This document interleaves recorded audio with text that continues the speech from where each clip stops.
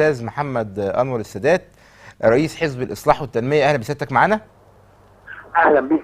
انا شايف ان الاحداث تطورت في موضوع الاتحاديه دلوقتي، يعني رموا مولوتوف وتم حرق احد البوابات والامن المركزي بيطاردهم، يعني الدنيا. بص خليني اقول لك، طبعا ما فيش حد لا يقر ولا يوافق لا على تخريب ولا عن عنف، ودي كلها طبعا مظاهر يعني كلنا غير راضيين عنها، خلينا نتكلم بصراحه يعني.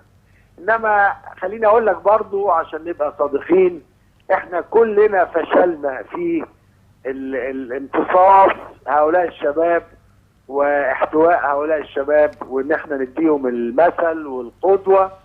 ويمكن ادي اللي احنا شايفينه غضب، وايضا شعور بانه يعني مفيش امل، وانهم ما لهمش دور، وده رد فعل طبيعي للاسف. يعني كلنا يعني في حاله حزن على اللي بيحصل.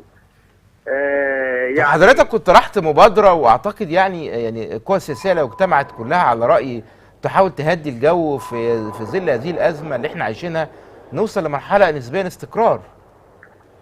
شوف خليني اقول لك، يعني في للاسف البعض مش قادر يقدر الموقف اللي احنا فيه، واقصد البعض كمان نبدا حتى بمؤسسه الرئاسه اللي يجب انها تتفهم ان هناك بوضوح في محافظات مصر كلها حاله غضب وحاله يأس شديده جدا.